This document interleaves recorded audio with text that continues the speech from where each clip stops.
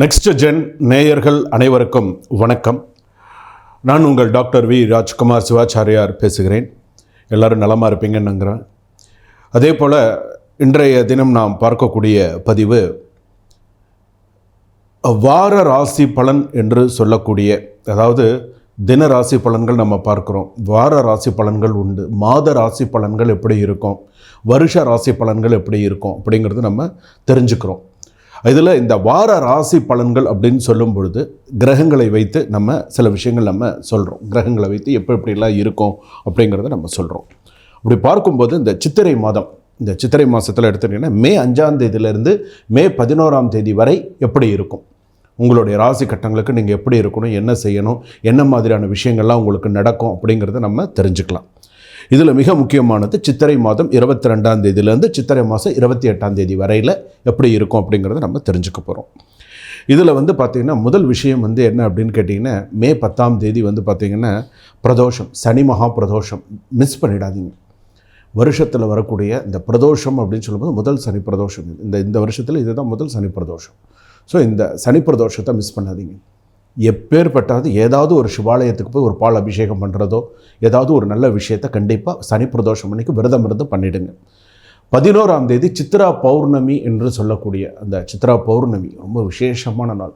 திருவண்ணாமலை கிரிவலத்திலிருந்து எல்லா ஊர்கள்லையுமே இப்போ நடக்கிறது சில விசேஷங்கள். திருவண்ணாமலை நினைத்தாலே முக்திங்கிற ஸ்தலம். ஸோ ரொம்ப விசேஷமானது. கிரிவலம் பிளான் பண்ணியிருக்கிறவங்க கண்டிப்பாக உங்களுக்கு சுவாமியுடைய பரிபூர்ண ஆசி உங்களுக்கு.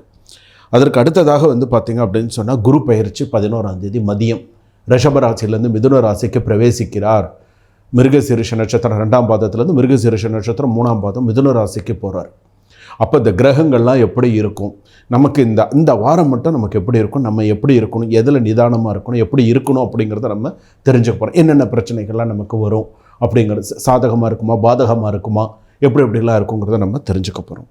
ஸோ இந்த கிரக கட்டங்கள்லாம் நமக்கு எப்படி இருக்கும், ஃபஸ்ட்டு கிரக கட்டங்கள்லாம் நமக்கு எப்படி இருக்கும். இப்போ சூரியன் எடுத்துட்டிங்கன்னு வச்சுக்கோங்களேன், மேஷத்தில் சூரியன் புதன் ஒன்றா இருக்கும், 2ல் ரிஷபத்தில் குரு, மிதுனத்தில் கிரகங்கள் இல்லை. அடுத்தது கடகத்தில் பார்த்திங்கன்னா செவ்வாய் சந்திரன்.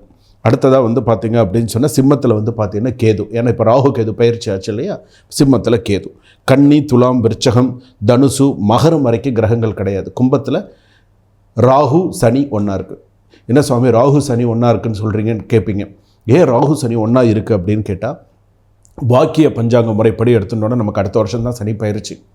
திருக்கணித பஞ்சாங்கப்படி நம்ம எடுத்துக்கிறோன்னு அந்த கால்குலேஷன் வச்சு அந்த பலன்கள்லாம் எப்படி இருக்கும், அவங்களுக்கு எப்படிலாம் இருக்கும் அப்படிங்கிறத சொல்லுவோம். ஆனால் நமக்கு வாக்கிய பஞ்சாங்க முறைப்படி தான் சனி பயிற்சிங்கிறது கும்பராசிக்கு இன்னும் ஜென்ம சனியில் தான் இருக்குது. அப்போ சனியும் ராகுவும் ஜாதகத்தில் ஒன்றா இருக்குது. இன்றைக்கி கும்பராசிக்காரர்களும் பிரச்சனைகள் இருக்குது, இல்லாமல் இல்லை. அடுத்ததாக பார்த்திங்கன்னா மீனத்தில் சுக்கிரன். இதுதான் கிரக அமைப்பு. இதை வச்சு தான் இப்போ இந்த வாரத்துக்கான பலன்களை நம்ம சொல்ல போகிறோம். எப்படிலாம் இருக்கும். இப்போ மேஷ ராசி எடுத்துட்டோன்னா எப்படி இருக்கும், ரிஷப ராசி எடுத்துட்டோன்னா எப்படி இருக்குங்கிறத நம்ம பார்க்க போகிறோம். சரி, இந்த ராசியிலேயே பார்த்திங்க அப்படின்னு சொன்னால் ஒவ்வொரு நாளும் ஒவ்வொரு விசேஷம் உண்டு. அதாவது தினமுமே, அதாவது திதிவார நட்சத்திர யோகஸ்ச கரணம் செய்வ அப்படின்னு சொல்லுவாங்க. நம்ம தினமுமே என்ன திதி, என்ன நட்சத்திரம், அதே போல் என்ன இன்றைக்கி என்ன யோகம், இன்றைக்கி என்ன கரணம், எல்லாமே தின இதில் நம்ம எல்லாமே தெரிஞ்சுக்கணும். தின ராசி பலன்னு போடுற டேட் ஷீட் கேலண்டர் பார்க்குறீங்களே, அதுலேயே நீங்கள் எல்லாமே தெரிஞ்சுக்கணும். அது நமக்கு அவ்வளோ ஒரு நல்லது, சுபமானது.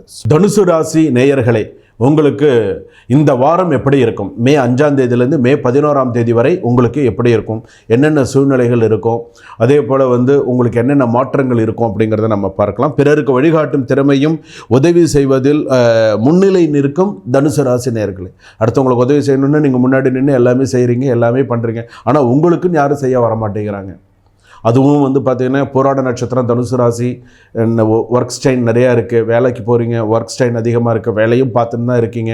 சில நேரத்தில் முடியுது, சில நேரத்தில் முடியல, இருந்தாலும் கமிட்மெண்ட் செஞ்சு தான் ஆகணும், வேறு வழி இல்லைன்ட்டு செய்கிறீங்க. நிறைய நல்ல விஷயங்கள் நடக்கும். தனுசு ராசி பொறுத்தளவுக்கு வாராகி வழிபாடு உங்களுக்கு ரொம்ப சிறப்பை தரக்கூடியதாக இருக்கும். நெருக்கடி விலகும் வாரம், நெருக்கடி விலகும், திருமணம் கூடி வரும், 2ஆம் திருமணம் கூடி வரும், புத்திரபாகியம் வரும். ஸோ இந்த வாரத்தில் பொறுத்தளவுக்கு நிறைய நல்ல செய்திகள், நல்ல விஷயங்கள் எல்லாம் இந்த வாரத்தில் உங்களுக்கு எல்லாமே நடக்கும். அதே போல் பார்த்திங்க அப்படின்னு சொல்ல தொழில் சார்ந்த பிரச்சனைகள் தீரும். இந்த வாரத்தில் சில நெருக்கடியான சில விஷயங்கள்லாம் தீர்ந்து நல்ல விஷயங்கள்லாம் கண்டிப்பாக உங்களுக்கு நடக்கும். ஸோ கவலைப்படாதீங்க. அதே போல் வாகன சேர்க்கை உண்டு. புதுசாக ஏதாவது ஒரு வண்டி வாங்குறதோ, புதுசாக ஏதாவது ஒரு சில நல்ல விஷயங்கள்லாம் சேர்கிறதுக்கான வாய்ப்பு இருக்குது. இடமாற்றம் உண்டு. கணவன் மனைவி கவனத்துடன் பேசுவது நல்லது, அல்லது மனக்கசப்பு ஏற்படும். ரொம்ப கணவன் மனைவி யாராவது ஒருத்தர் கோபப்படுறான்னு ஒருத்தர் விட்டு கொடுத்து போகிறது நல்லது, இல்லைன்னா மனக்கசப்பு கவனமாக இருங்க. அதே போல் பார்த்திங்க அப்படின்னு சொன்னால் மனசஞ்சலம் உண்டு.